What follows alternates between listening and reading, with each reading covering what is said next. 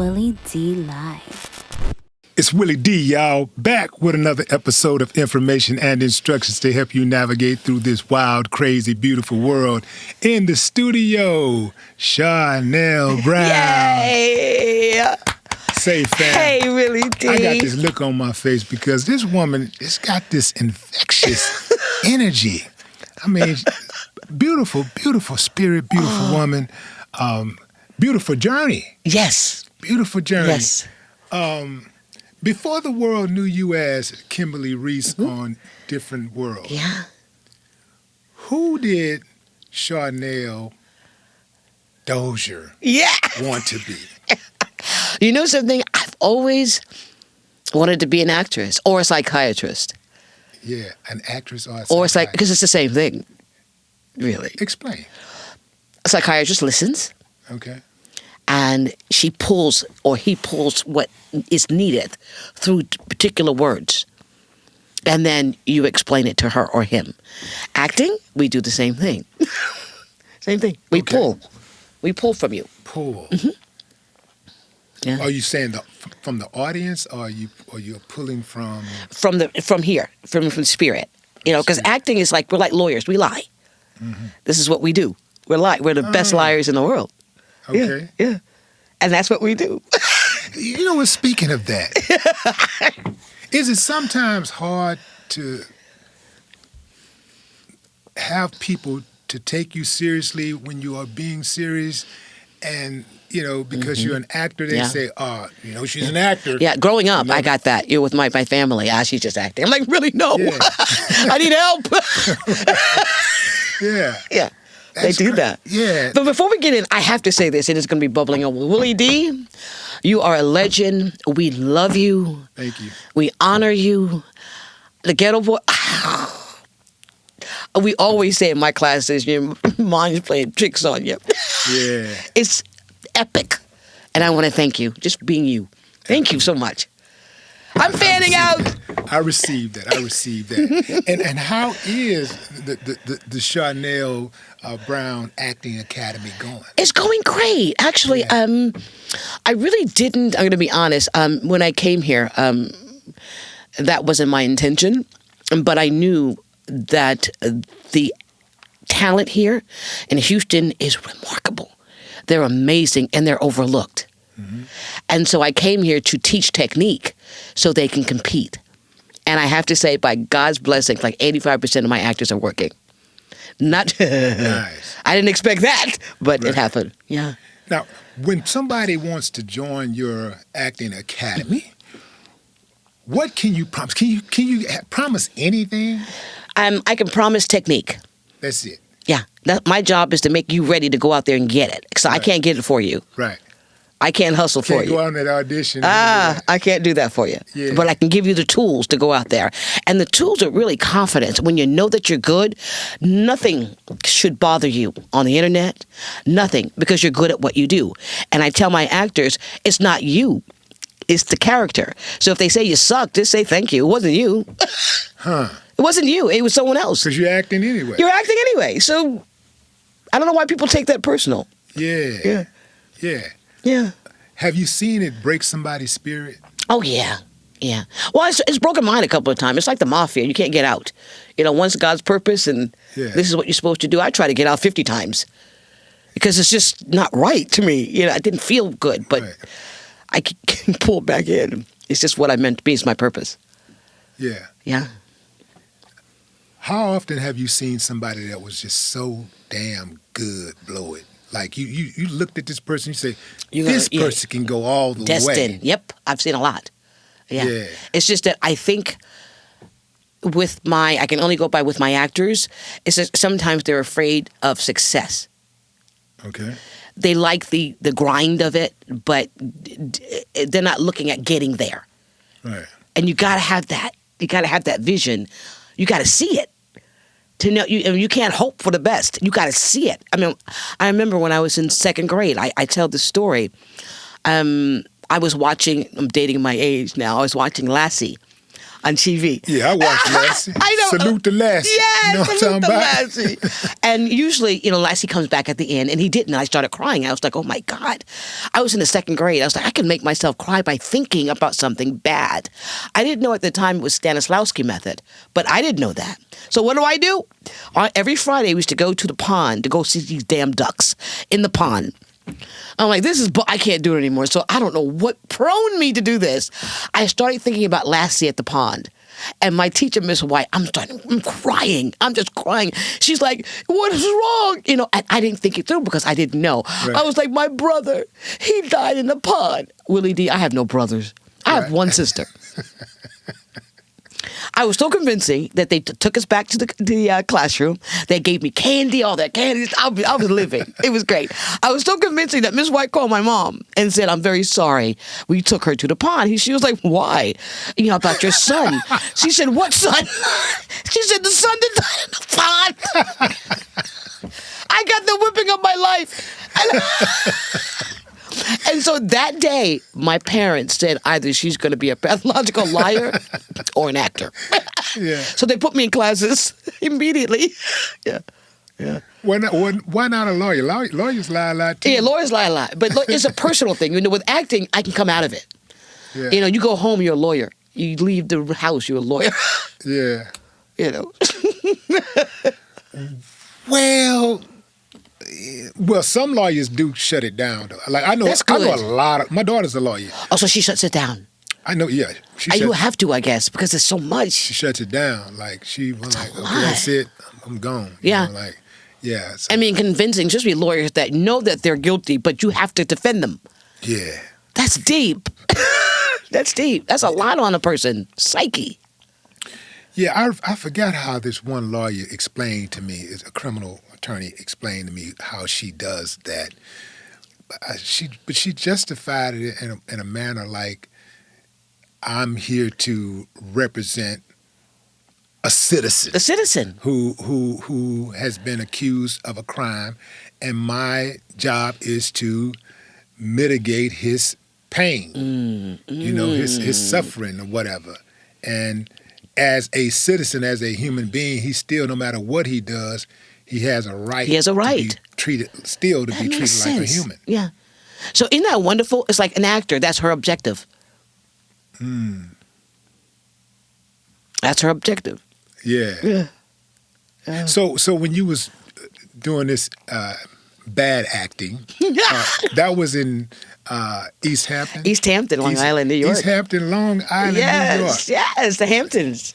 There's black people out there. Yeah, tell me about it. I mean, there's black people out there, but not that many. But especially when you were growing up, it's more, So how was it growing up in East Hampton as one of the very few black people? It was great. Yeah? Yeah, we had no problem at all. You didn't have an identity crisis like some black kids do when they go to predominantly white schools? No, and I think, too, is that out there it was a matter of money, to be honest. They didn't look at color. I'm sure they had their issues, but we were so solid. Yeah. Yeah, we were fine. And we had our own community, and, we dabbled, but we had our own. Yeah. Yeah. Yeah. Is that what we need now? Yes. To dabble, but have our own? Yes. I always say with Martin Luther King, and people always get on me, and I don't care. I just think that we misinterpreted what he was trying to say. He didn't say to drop everything. He just said to integrate.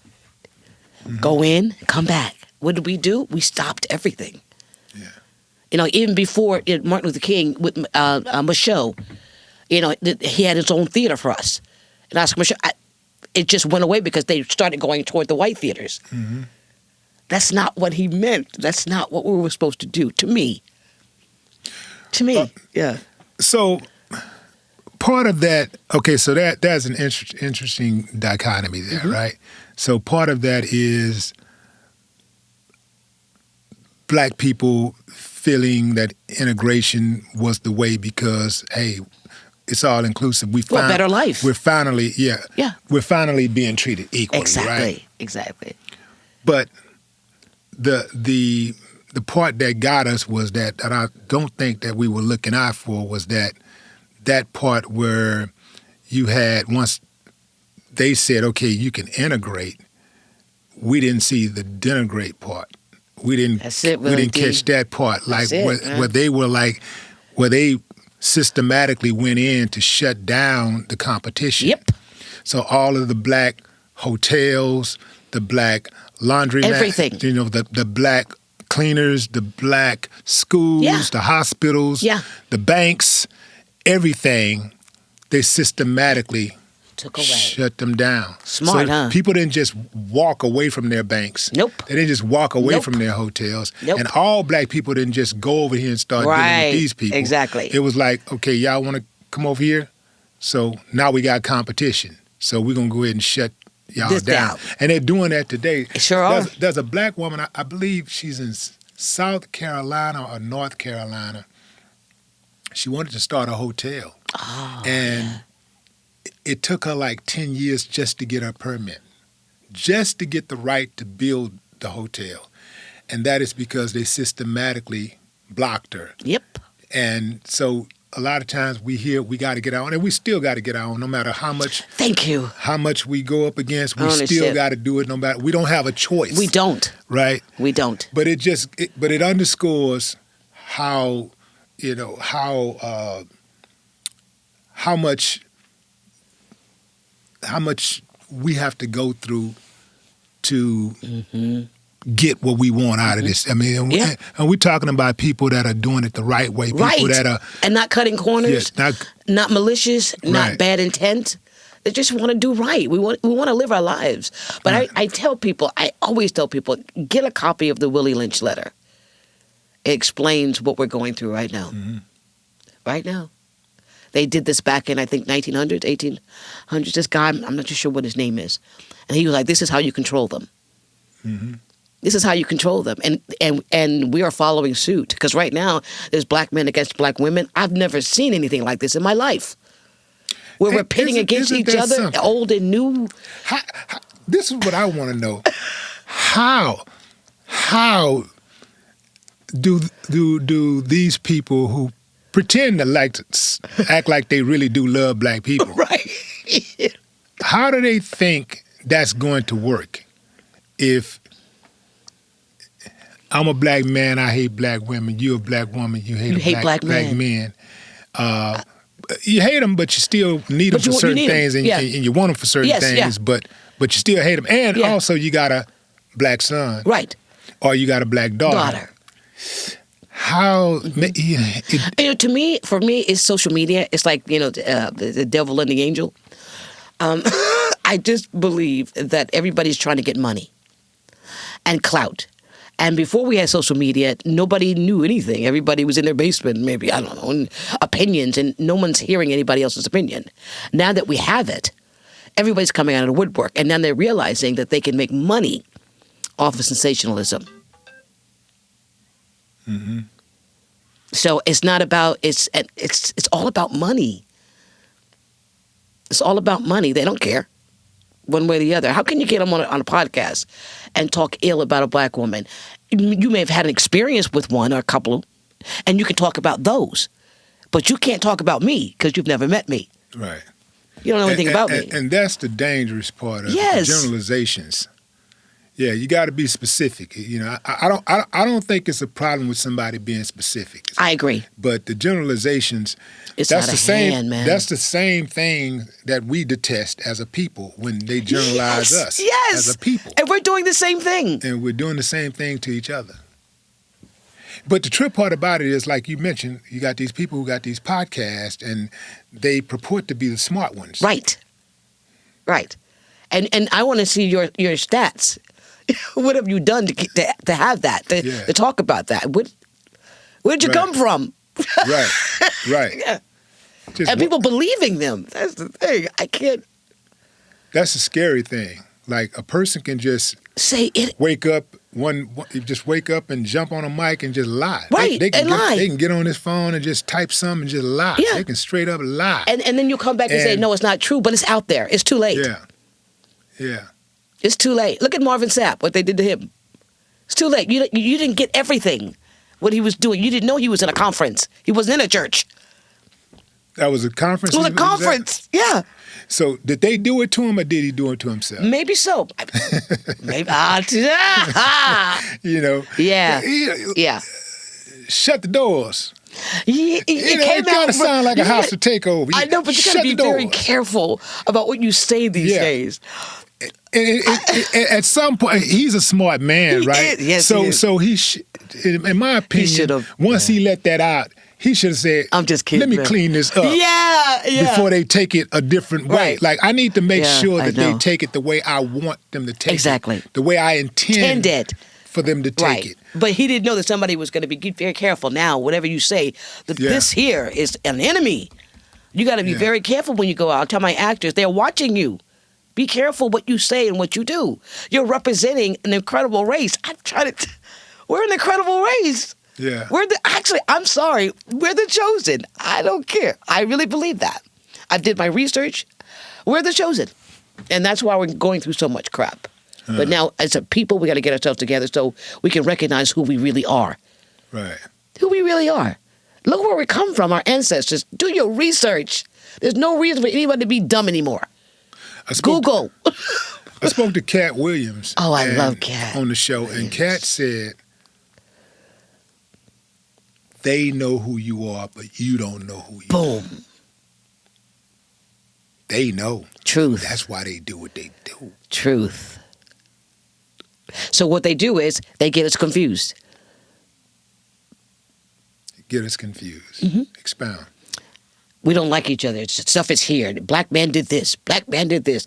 Black women are hard. Blah, blah, blah. It's like, it's a whirlwind. And then you look at yourself in the mirror and go, am I that? You got to look at yourself. And if you speak highly of black women, you're a simp. Yep. If you speak highly of black men, you're a pick-me. Right. Like, yeah. What's wrong with saluting your better half? God. What's wrong with appreciating that? And we get it, man. We get it. You know, they broke your heart. Somebody broke your heart. You know, we get it. You had a bad experience. Bad experience. But, you know, the common denominator for all of those relationships is you. Boom. And Number one, the nucleus. It's always, you. It's you. Because Charnele, this is the way I rock, right? If I rock with somebody and they do me dirty,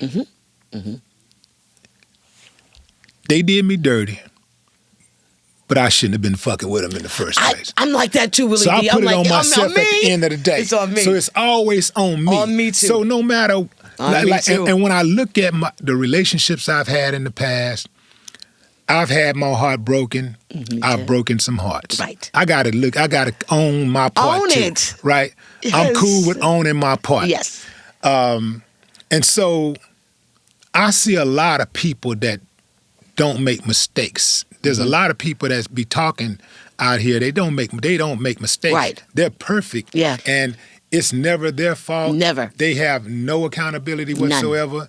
So when I hear people talking like that, where they talk like every relationship they've ever had, the other person, it was their fault that it ended.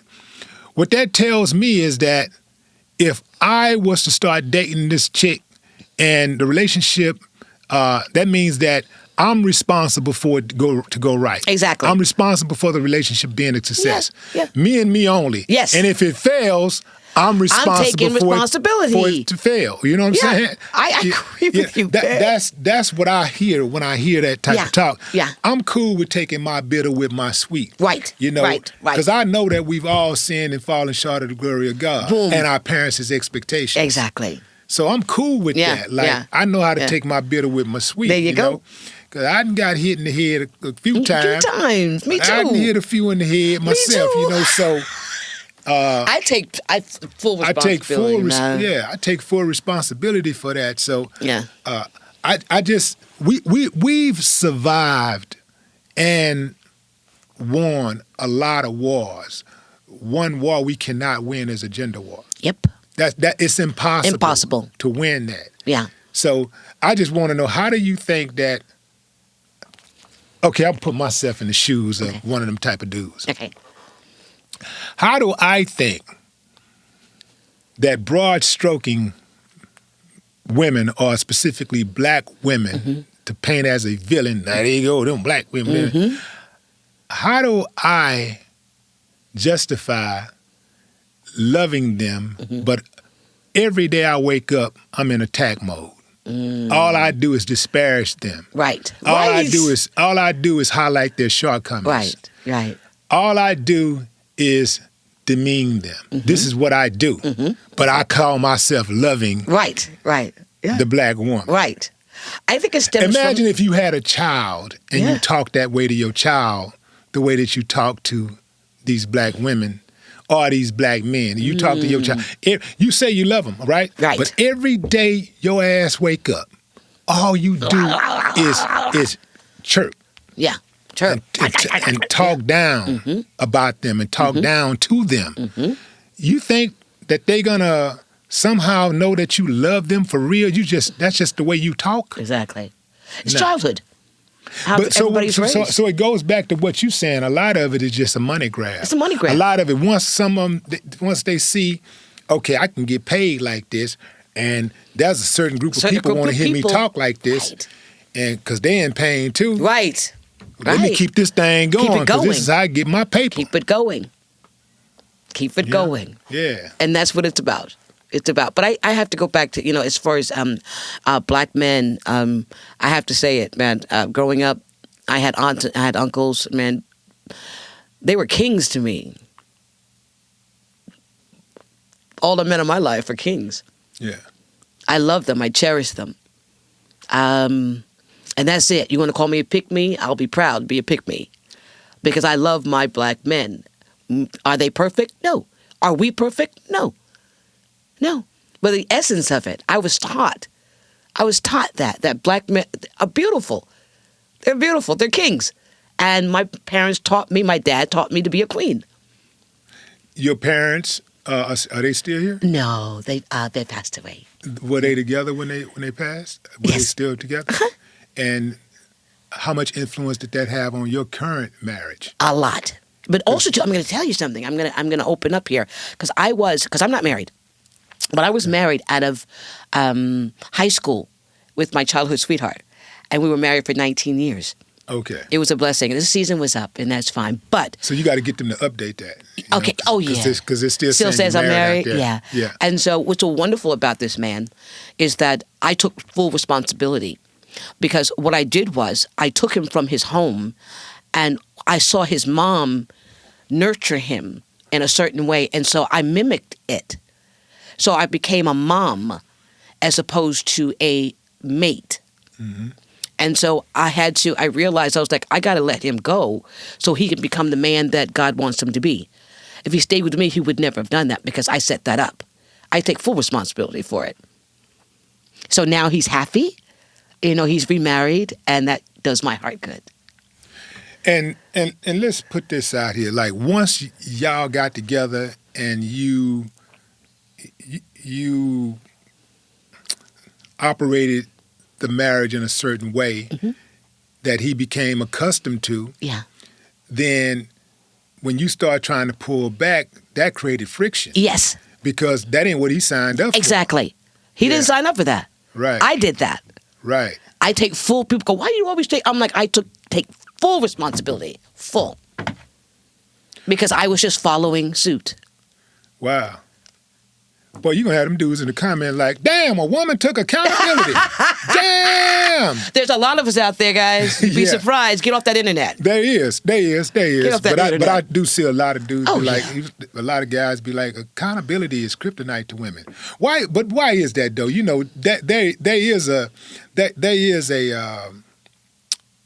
there is a thing out there where people,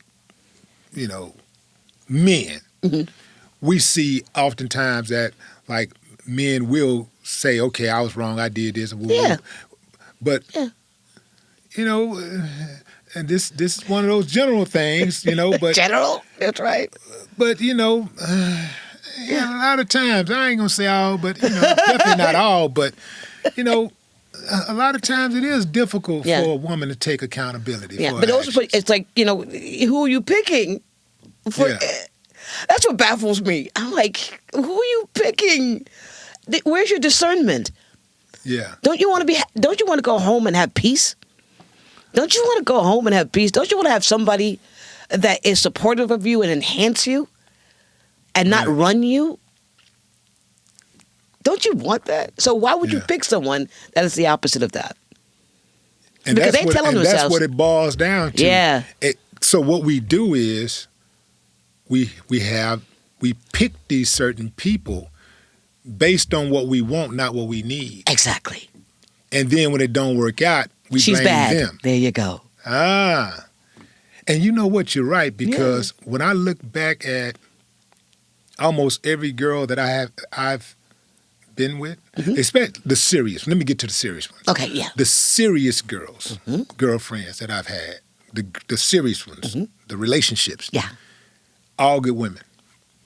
Didn't work out with me. But good women. Good women. Yeah. Yeah. Yeah. Good women. And what's wrong with that? They think because you split, you're supposed to be angry at each other. Yeah. Because I really believe that if you go in a relationship and you're best friends, Yeah. and something happens and you fall apart, you're friends first. So you're not going to hurt your friend.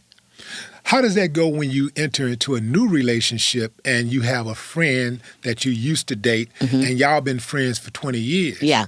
How does that work out? See, that's interesting you say that, because with my ex, I would never bring him into that because it's done.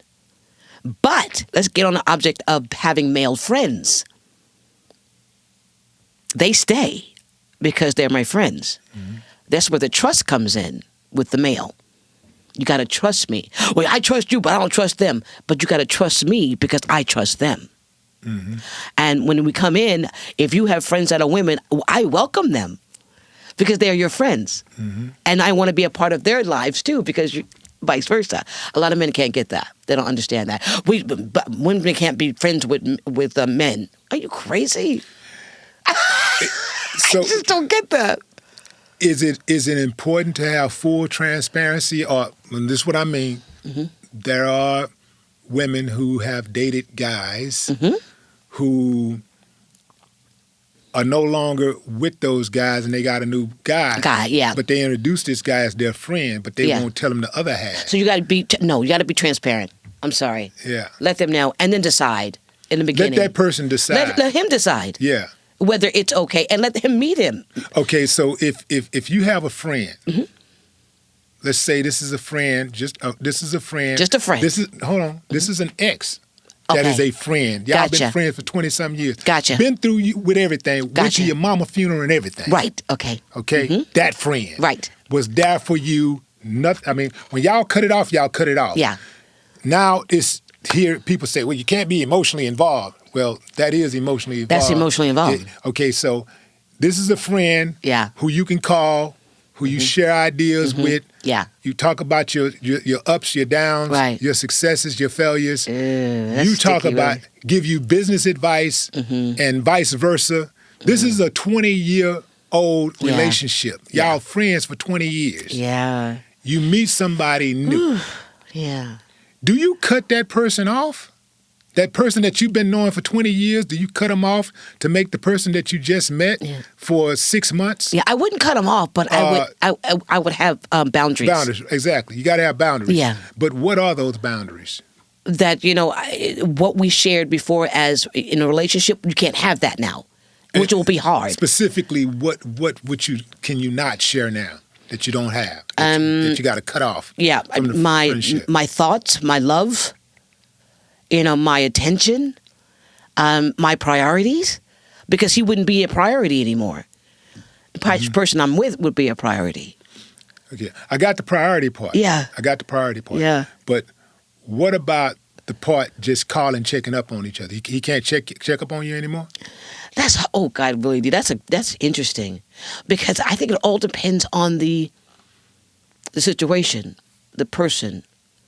Because let's get scenarios. You have one scenario where the woman's very fond of him and she finds someone and she's latching on to him. That's not good. No, that's not good at all. No. That's not good. Then you have another scenario where, they're friends and everything, 20 years and stuff like that, and she meets someone. That man, that ex, if they're still friends, should be happy for her. Right. And then they should, how can I put it?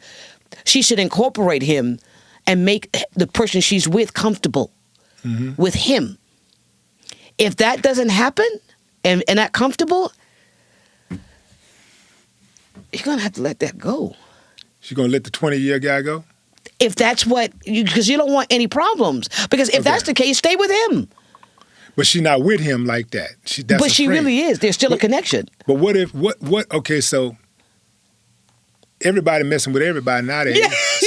Yeah. So what if she got a 20-year-old friendship that's a female? Yeah, I know. That's a sticky. So because this sticky. This is what I'm saying. Ooh, that's sticky. Remember when I was little, I don't know if this got up to the East Coast, but when I was little, we used to say, "You my friend to the end, till I die." Yeah, you motherfucking lie. Yeah. You know what I'm saying? And this is that part where you get to the motherfucking lie, right? Yeah, that stumped me.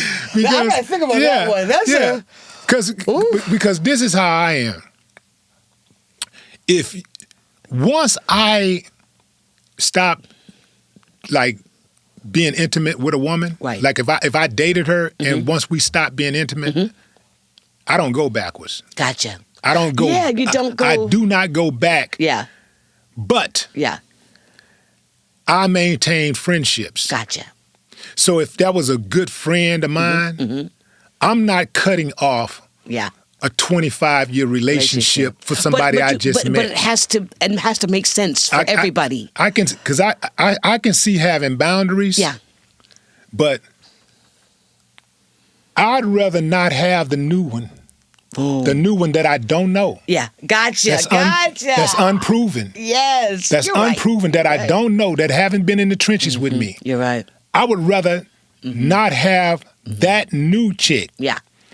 Than to give up the one that I know, that's tried and proven, right? That's been through everything with me. And you're friends. We love it and we're friends. We talk that friendship shit a lot. Yeah. We always talking about what's a good friend and what's a real friend. Yeah. But somehow when it comes to genders or sex, we evoke sexism. Right. It's we start having these. Oh, hold on. Wait a minute. Yeah. So. While I do believe that you're right about making that person comfortable, you have to make that person comfortable. Yeah, you have to make them comfortable. And you have to be transparent. Yes. Absolutely transparent. If I'm transparent, if I'm not trying to sneak around, if I can give you my phone and say, go through the text messages all the way as far as you can go back. I have nothing to hide. And I don't delete text messages. Yeah, me either. So go through them.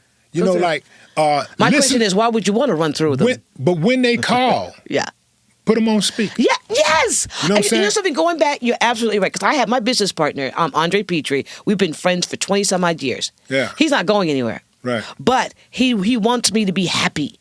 Right. And because he's in a relationship right now that I love her. You know what I mean? And I'm not going anywhere because I love her. You know what I mean? So it all depends. And so when my guy comes, he's gonna love him because I love him. Yeah. It all depends on the guy. Is he comfortable? You gotta pick the right type of person that can deal, because everybody can't deal with that. Yeah. Everybody, and I respect that. Yeah. Everybody cannot deal with that, and I respect that. But I'm not giving up a 30-year friend, a 20-year friend. Yeah, you're right. I'm not either. For nobody. And I won't. I just met. Yeah. You know what I'm saying? Because that's sticky, isn't it? Even somebody I've known, I'm not giving up a 20, 30-year friendship. Yeah. Because like I say, any ex-girlfriend that I've ever had, I can put them on a speakerphone and let them talk. Yeah. You won't hear me saying anything inappropriate to them. Exactly. And you're not going to hear them say something inappropriate to me. Exactly. Well, you know what I'm saying? So those are good friends. Yeah. So whatever any ex that I have to say, as long I would absolutely let them know that somebody's listening to them talk. But I'm saying that because it's important to not invade anybody's privacy. But the thing is that I can answer that phone, and a lot of times you can tell in the first few seconds what that vibe is and what that relationship is like. Yeah. Right? Yeah. So yeah, I'm just. You're right. That's just the way that I'm built. Like if I fuck with you, I'm stuck with you. Me too. Yes. Yeah. But the thing is, I think I just want, to me, if that guy is really the person for me, in spirit, soul, and everything, he will accept that 20-year friendship. And I would accept his 20-year friendship with a female. That's right. And so it comes down to the type of person that you're pursuing. Exactly. So if you pursue somebody that is very possessive and that is not going to be with that, if he's not going to be with that, then you got to make a decision. You going to get this person up or you going to get this person up. Right, exactly. And so, and you can't get, and if that person is saying, "Lo, I can't deal with this," then you're going to have to make a decision. Yep. You just got, that's just the way it is. Yeah. And because if you're not, that tells me that's trust factor. Yeah. If you don't trust me having a male friend, and most of my friends are males, we got an issue. Yeah. Got an issue. Yeah. You're right. That's deep. Speaking of issues, I'm sure there were issues behind the scenes on a different world set. It seemed like y'all were having a lot of fun. We did have a lot of fun. But let's put it like this. Were there any issues behind the scene that changed your perspective of the show? Well, yeah. Well, dealing with the executives, NBC, but they didn't treat us properly. We were like stepchildren, and we felt it. I really believe that they didn't think that we really were going to be as successful as we were. We didn't know it either. We're gypsies. We're just acting. But I watched corporation. It was a corporation dealing with us and trying to hold us down, and because we couldn't be as great as Roseanne, which we were at times. You know what I mean? So that gave me a nasty taste. You couldn't be as great as who? Roseanne, because Roseanne, of course he wanted. Yeah, so they did not. We weren't treated justly, which I didn't expect to be anyway. Wasn't Bill Cosby one of the executive producers? He was, and he was never on. We never saw Bill. We saw Bill Who was once. the main guy? The guy at the network? Carsey Warner. Actually, at the time it was Brandon Tartikoff. He was wonderful for NBC, but when he left, when he died, it was like Jesus, man. Yeah. He was fair. Brandon was fair. Yeah. A lot of times the fair guys they get rid of them. Yeah. Like if you look at the hierarchy in all of these major institutions, the evil is at the top. Yeah. It's almost always a really evil person at the top. At the top. Yep. And when they have management, if you look at the way management works, most management people are assholes, and every now and then you get a really good manager and people don't want to never leave that job. Yeah, they don't want to leave. And then what happens is if they have a conglomerate of multiple departments or multiple locations. Yeah. They'll move your good manager go to somewhere another else. location to clean up some mess the bad manager had, and they send the bad manager to you. Exactly. But one thing too was, thank God we had Debbie Allen. Thank you, Jesus. Debbie Allen was one of the executive producers? Yeah, she ran things. Yeah? Yeah. And she protected us a lot. So that's how y'all maintain the authenticity of the actual show. You better believe it. Yeah, because I knew it had to be somebody. It couldn't have been, No. Okay. She came in and showed us exactly what HBCUs were all about. Yeah. She protected us. Love her for that. Yeah. What HBU did Debbie attend? Howard. Okay. Yeah. Do you ever catch up with her out here? She's from... Yeah, she's back and forth. Yeah, no, I really don't, because she's in L.A. a lot. Yeah. Seldom. The last time I saw Debbie, we were at that god-awful BET hip-hop award. We're going to circle back to that, right? So go ahead and finish your thought. Yeah. But that was the last time I saw her. Yeah, it was there. So what happened at this god-awful BET Hip Hop Awards? We weren't supposed to be there. It wasn't our jam. It wasn't our people. Did a fight break out? They were everywhere. I've never seen anything like it in my life. Breaking out? I think what's his name? Ray J. He was outside not getting in, and him and the Zeus people. The Zeus guy, yeah. And then they were just.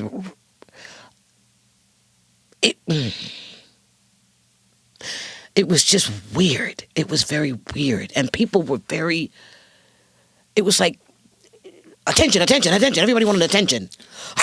It was grabbing and it was chaos. It was chaos, and it didn't represent us. I don't know. And I know it did because we have the genre, the whole with the rap and everything, but it wasn't that. It was something else. It felt dark. It felt dark. That's it. It felt real dark. Yeah, I left, man, after we were like, can we leave after we present? Yeah. We left. It was crazy. Looking at Sexy Red, God bless her. She's not my thing, but God bless her because she's doing her thing. But she was up there. I just... I can't explain it. And I know people need to do their thing and I got to make money, but I don't know. It was just dark. Yeah. It was dark. It was real dark. It's a different world from where you come from. Yeah, it was a different world, all right.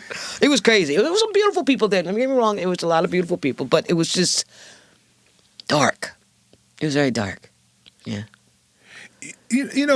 One thing that used to run me hot about watching Different World, and I watched many episodes, was to see so many non-blacks on the screen. I didn't like that. I'm like, I want to see. Where are you? All black? And I know you go to these HBCUs and they got some other people that go to those schools, but it just seemed to be a lot of them, But you know on something? It's a lot of actually on the show when I was connected with Freddie's cousin. I got hate mail from jail.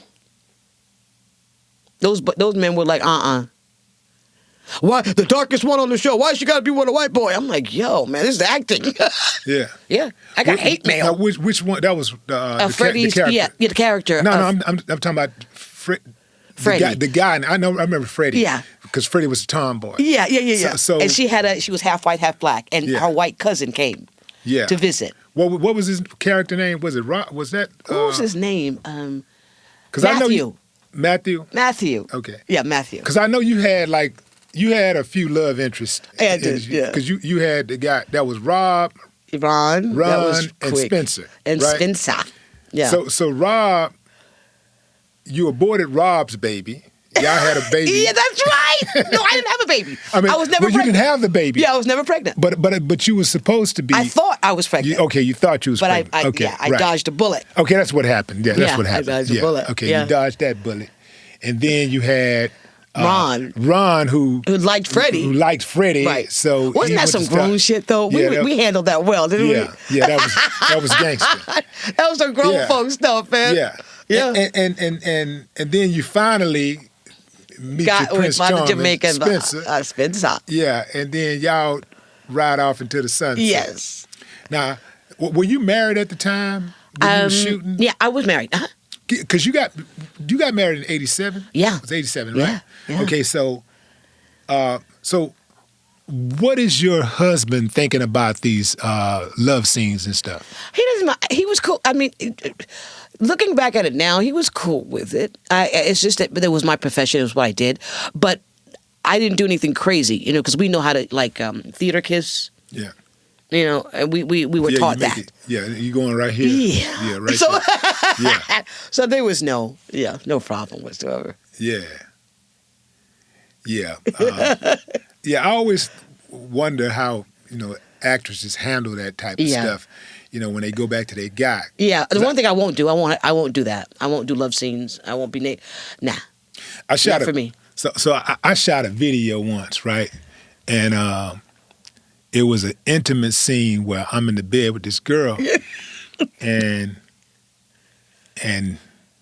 we damn near did it with our clothes on. Yeah. It was like that. Just like that. And because you gotta make it believable, you gotta right? make it believable. But then you have people standing over you to go to the left. I know now I want you to pump hot. It's like, man, I ain't give a damn about none of that. I was like, I can't control that. No. I was like, hey, like, man, we did our anatomy, it's a little different. Exactly. Kind of different. So it's different. Yeah. Different. And I took offense to her having a boyfriend at the shoot because I'm like, why would a dude want to see this? Watch it. I know. And at around that time, this is when now I gotta give this disclaimer.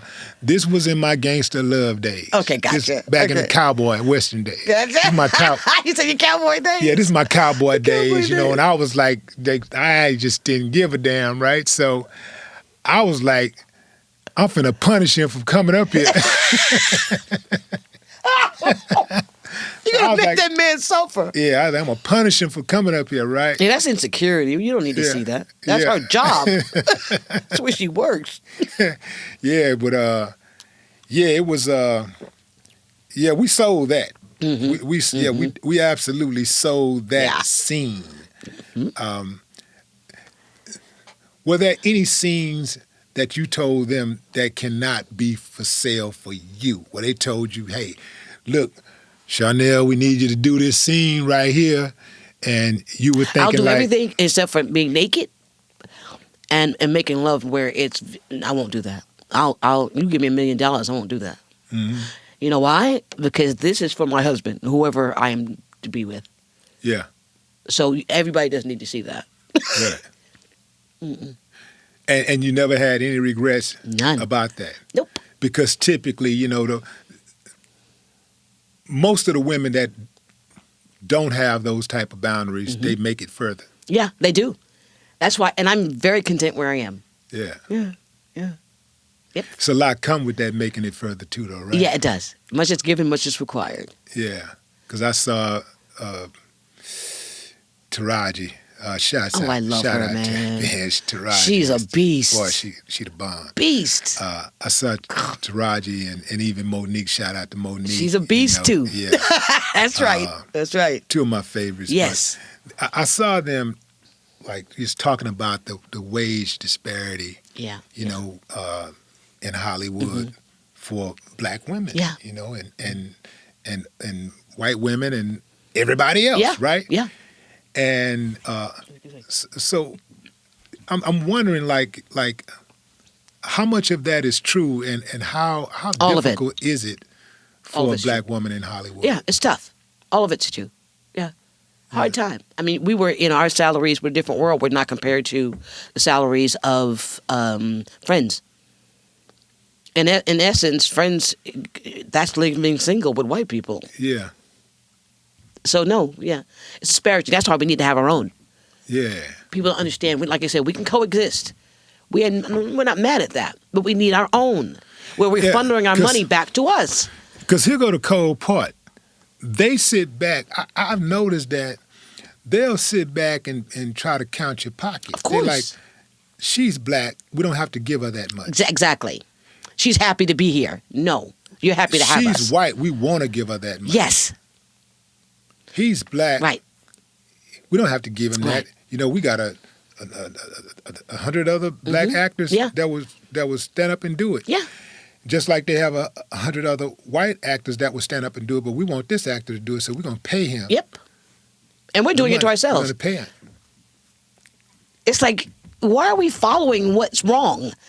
Why are we following that path that we know is wrong? When we have award shows, why are we our shows should be amazing. Look at us. Mm-hmm. We're majestic. But why are we going toward what they're telling us what we should do? We're like sheep. Because their award shows have the big sponsors behind them. They got all the money and the big spectaculars and everybody want that grand. They want that grandioso, that thing. But we can have that. Yeah. Because I remember back in the day, the Image Awards were fabulous back in the day. Huh. Everybody came out. Everybody was beautiful, regal. Everybody was wonderful to one another. We gave, we give. It was amazing. It's not like that anymore. Did they sell it? Because usually that's what happens. Yeah, I don't know. I was like, we were proud back then. The Image Awards were it. We really loved them. Because it was all of us together celebrating each other. Now it's not about a celebration. It's like who wins, who doesn't win, who has the best outfit, who doesn't have the best outfit, who's leaving with who.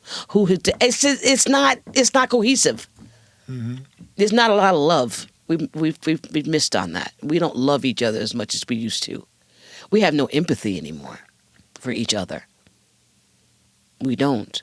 Instead of helping somebody who's getting beat, you're going to take out your camera and film it and put it on the air instead of helping that sister or brother who's being beaten or killed.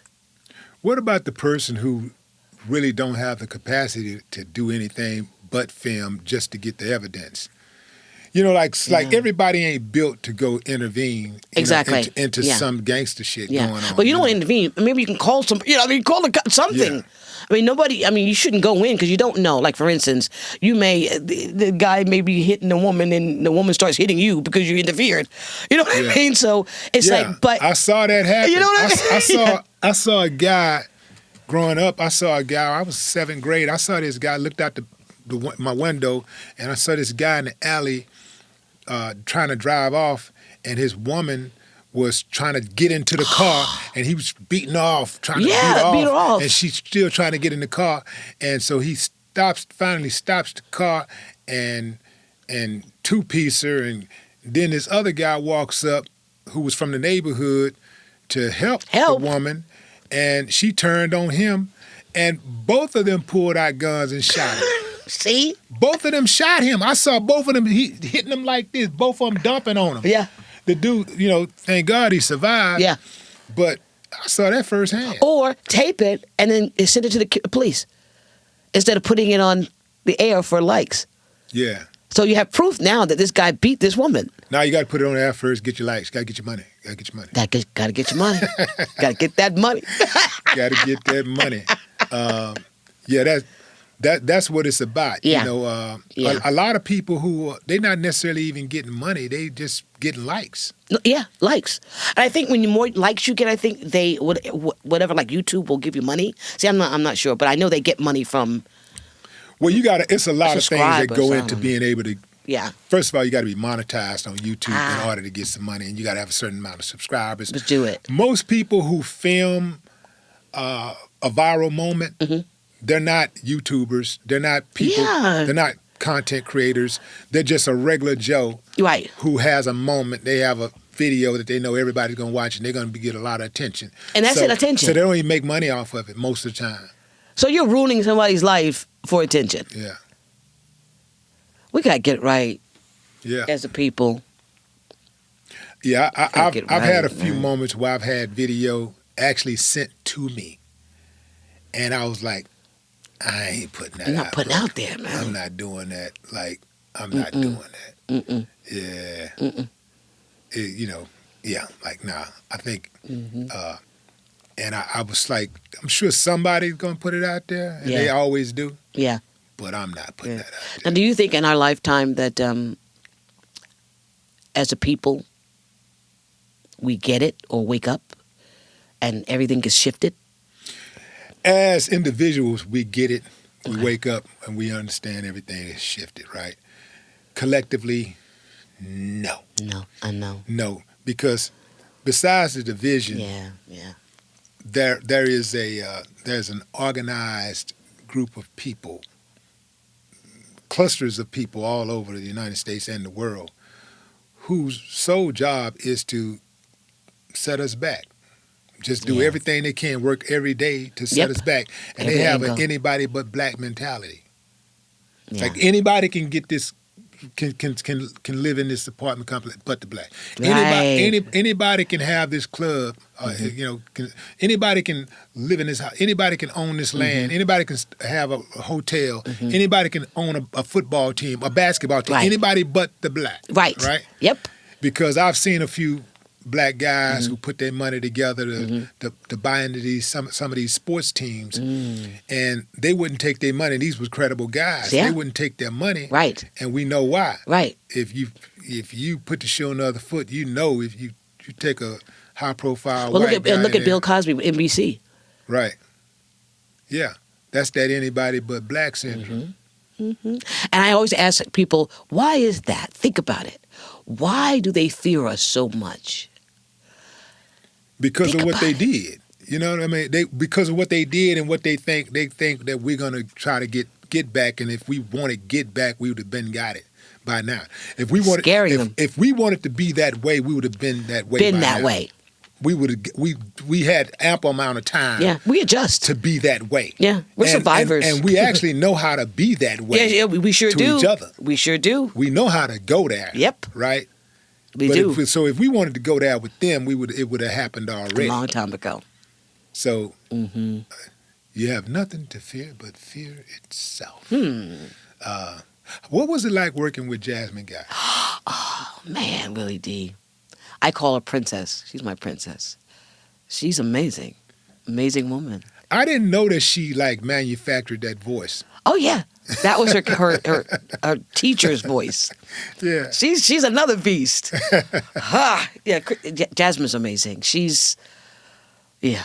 I smile each time I think about her. And she's another one that protected us on a different world. You know, I saw her. I watched her protect us. And I thanked her for it. Yeah. Now was Dawn Lewis like the mother hen like she kind of was like on the show? No, because she ran the dorm. Yeah, I know. Yeah, she came across like the mother hen. The mother hen. The hen No, to me. No, Dawn is. That's another beast. Yeah. Slick. Just no. Dawn is nothing mother about Dawn. Yeah. That mother. Nah. No. Yeah. She's another one that was really. She's an extraordinary person. You know, she's just good. She's a good person. She's a good person. Yeah. Because I really didn't, with Dawn, I really didn't have a lot of scenes with. I did, but I didn't. My scenes were with Jasmine or Cree. Mm-hmm. So I didn't have a lot of. I had interaction, but I didn't have as much as I had with them. Yeah. Yeah. But she's incredible too. They're all great. I love them. They're all good. They're all good. Lou Myers. I have to now, Lou, forgive me, man. Lou, we used to get, one time, we got so high. We smoked some weed. We got so high. We were in that pit, just high. That was the best time of my life. I never did it again. We did it one time. Was it in the pit on air? No, we did it. We smoked the weed, then we came and did our scene. What's the scene? I forget what it was, but he kept calling me because we have a blooper. He kept you gotta calling me, remember that scene. I gotta go back and watch that scene. I know his one. He says Kimberly Reese, but he couldn't get it. He was like Kimberly Brown, Charnele Reese. He couldn't get my name together. And when you high, you can't stop. We laughed so hard. That shit was so. He just couldn't get the name out. Yeah. He couldn't get it out. Now, was there any truth to y'all dating? Oh no, I didn't hear that one. Oh wow. Yeah, I heard y'all. We were dating. No, I'm James Brown's daughter. Actually, I had somebody curse me out on internet. What about James Brown's daughter? They thought I was his daughter, and it's how could I do all this with his wheel? I'm like, yo. Yeah. Yeah, man. And I'm married to a white Jewish lawyer. That was a good one. Yeah. Oh, and I'm a lesbian. Yeah, I have 3 of those. And now I'm going to add Lou. Yeah. Is it true that you were in your 30s? Yeah. Playing a 20-year-old? Yeah, I was going into my 30s. I was playing 18. And pulled it off easily. Hey, you know what I did? I hung out with Cree. She was really 18. Right. I hung out with her for a month. Okay. Just to see, because I forgot, with being 18. Okay. And she had a motorcycle, a Harley. Yeah. And she used to drive it down the PC, down a Pacific Coast Highway or one of those highways. Yeah. And without a helmet. I was like, can I have a helmet? And she was like, no, let's be free. I thought I was going to die that day. I really did. Because she was going, I realized with 18-year-olds, they think they're God. And nothing can happen to them. And so I had to keep that in my head. Even though Kim was responsible, being young, she thought that nothing could happen to her. And that's why she got into so much of her stuff. Yeah. Do you have kids? No, can't afford them. Kids are expensive. They're expensive, man. Can't afford kids. Yeah. Mm-mm. Is there an accomplishment that you've achieved, or something that made you happy that you wish that your mom or dad was here to see? Yeah.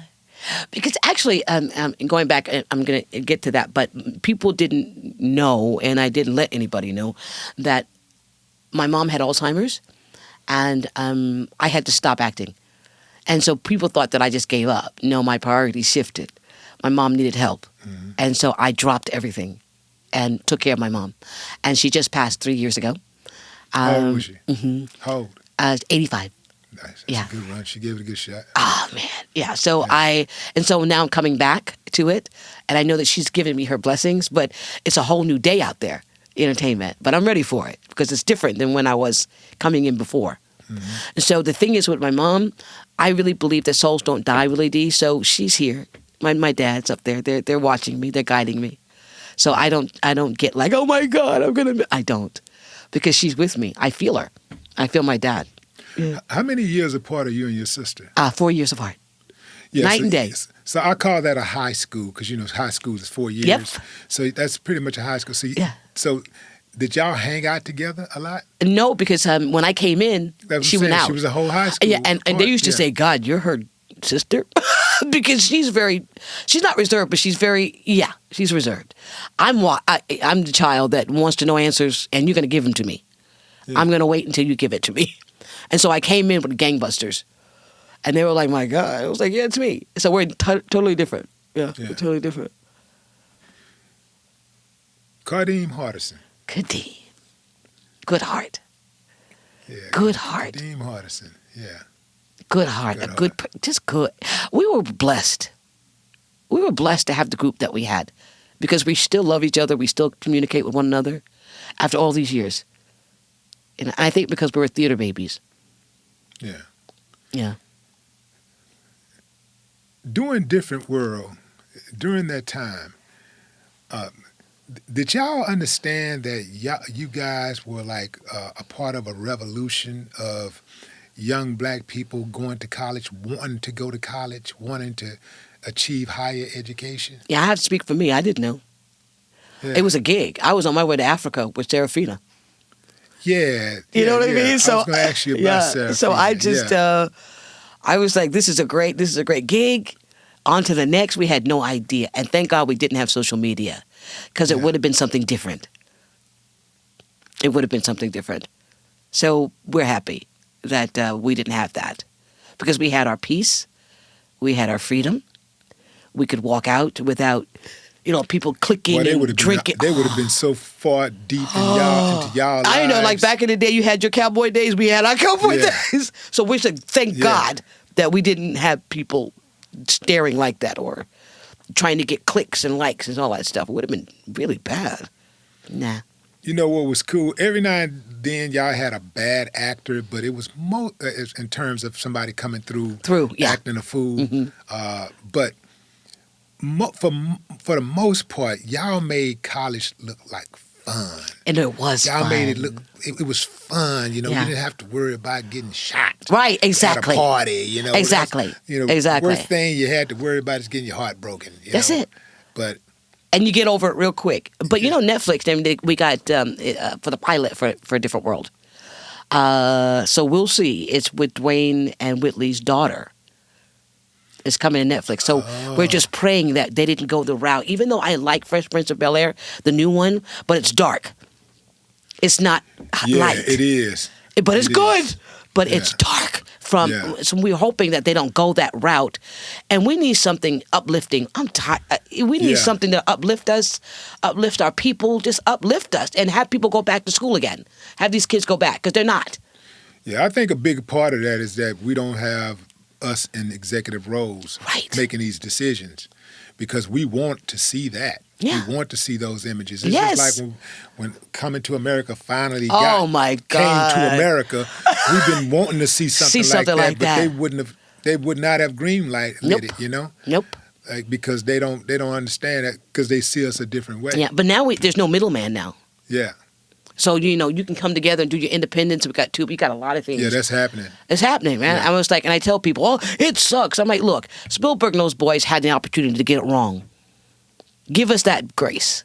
Yeah. Let's get the kinks out before we come up with what we really want to do. They don't give us grace. We have to come out with bang. No, we don't. No, we don't. Let's just work on it. Work on it like they did. Yeah. Let's work on it. It's going to be great. Yeah. What are you working on now? I am working on a couple of things. We're doing a play that my business partner, Andre Petrie, wrote called The Black Man. He woke up one morning and said, there's something that we have to do. And it was dealing with mental health with black men.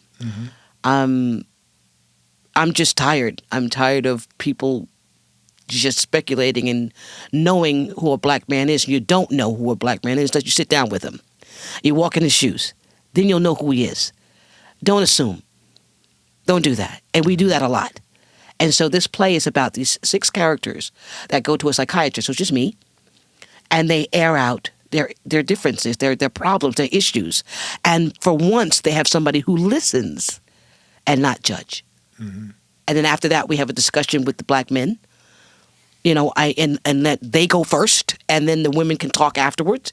Because as women, we have every resource. I can go out there right now and scream. There's resources for us, but there's none for you. There's not a lot for you. Right. There's not a pot. Oh God, I'm sorry. I thought I turned this off. Sorry. But it's not a lot for you guys. And so we wanted to let you guys know that we care. We know. We care. We love you. We care about you guys. And we want to know what you're thinking and how you're thinking and how we can rectify solutions instead of just problems. Let's rectify some stuff. And that's what the play is about. Yeah. About realizing what black men go through. That's dope. Yeah. Because black men are expected, men, period. Yeah, men. Men are expected to, shoulder, everything. The weight. Of everything. And at the same time, it's like, okay, we won't have equal rights and whatever. But there's no shelters for men. There's no, there's no aid for men. Like men don't go over here, and men struggle too. Like financially, men struggle financially also. You also have a lot of single fathers out there, but a single father can't get no help. He can't get no empathy. Nothing. Nothing. If you look at a single father, everybody gonna be like, "Well, suck it up, buttercup." If it's a single mother, Oh, we have this for Yeah. I don't like that. I have and that's why we're doing it. And we did it before here, and it was amazing. We did it, and they want us to come back, so we're going to be there for one night on May 16th, and we're just inviting everybody come, but particularly males. Yeah. Come in and sit and talk, and let's be open about it and transparent. Yeah. That's a good thing, because we absolutely need to work on our mental health. Because, God, yes. We all have PTSD. We do. My God. We do. And we all have mental health issues. Yes, we do. Like some of us, we think that you got to be talking to yourself on a park bench, to have mental health issues. That depression comes in. I was like, that's a part of it. And it comes it's a natural part of being a human being. It's depression. It's just that some people get past it. Yeah. A lot quicker than others. Yeah. For some it lingers. And some of those people, typically need some help. Because I have a life coach. Her name is Renee Vaughn, and she always tells me her mother told her, "You got 3 days to get on the cross, and then after that, get off because somebody else is waiting." Ooh, that's what I'm talking about. 3 days. Who is this friend? Her name is Jan Renee Simon Vaughn. She's my life coach and one of my best friends. Yeah. And we do sessions every once in a while, but she told me that, and I got it. Her first name is Renee. Yes, Jan Renee. What is it about her that puts what is it like specifically about her that puts her above these other 4 or 5 billion women in the world? To make her like that person, you're confident. That's my person. That's my best friend. Yeah, God gave her a gift. She has gifts. She's special. She's very special.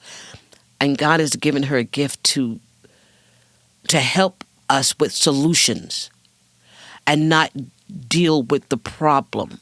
because that's where we get stuck with talking, like life coaches who talk, but she helps us navigate to get through it, with solutions, and she's a child of God. She's, I really believe that children of God beget children of God.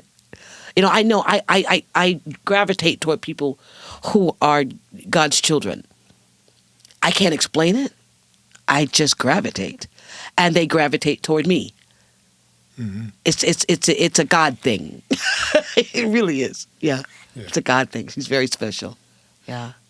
So when can we expect this next project? Actually, May 16th is we're going to be at the Match Theater. I have something else coming too. Match is in Houston, y'all. Yeah, Match in Houston on the 16th. Get your tickets; they're available now. Come on out, just support, and it's for kids too. There's nothing, no profanity. We don't do that. Mm-hmm. We want to have some clean fun. Right. Yeah. Yeah. Well, it's been a clean, fun conversation. I really do appreciate you coming to sit down with me. You know what? I just thought about something. What's a great question that nobody has ever asked you?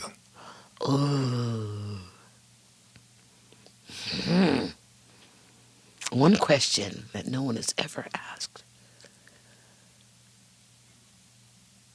They've asked a lot of questions, man. I know. And it's so funny. I have a lot of questions, and sometimes I answer it, sometimes I don't. I'm like, it's none of your business. Right. Next. Yeah. But no, I haven't. Or if they have asked it, I've just said, none of your business. Right. I'm not answering it. Yeah.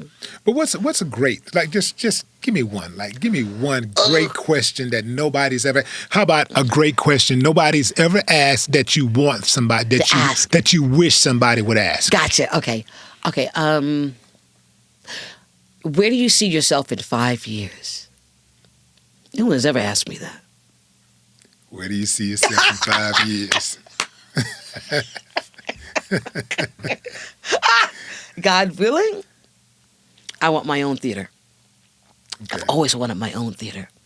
And so, especially here in Houston, so our African Americans can feel loved, appreciated. Because I'm an actor too, so I know when I go into a theater, I want to feel that I'm wanted, that I'm needed, And these theaters around here, the Match is fine, but you got to come with them. You got to know your shit, or they will discard you. Mm-hmm. So you got to come in. But I would want one where it's owned by Black people, and you could come in, and it's reasonably priced, that you can make money. Yeah, that's my dream. Within 5 years, I would like to have that here in Houston, Texas. Nobody's asked me that. I think you'll get there. I'm gonna get there. I got Less than 5 years. I know you got it. You got that. You got that. Yeah. Ladies and gentlemen, Charnele Brown. No more talk.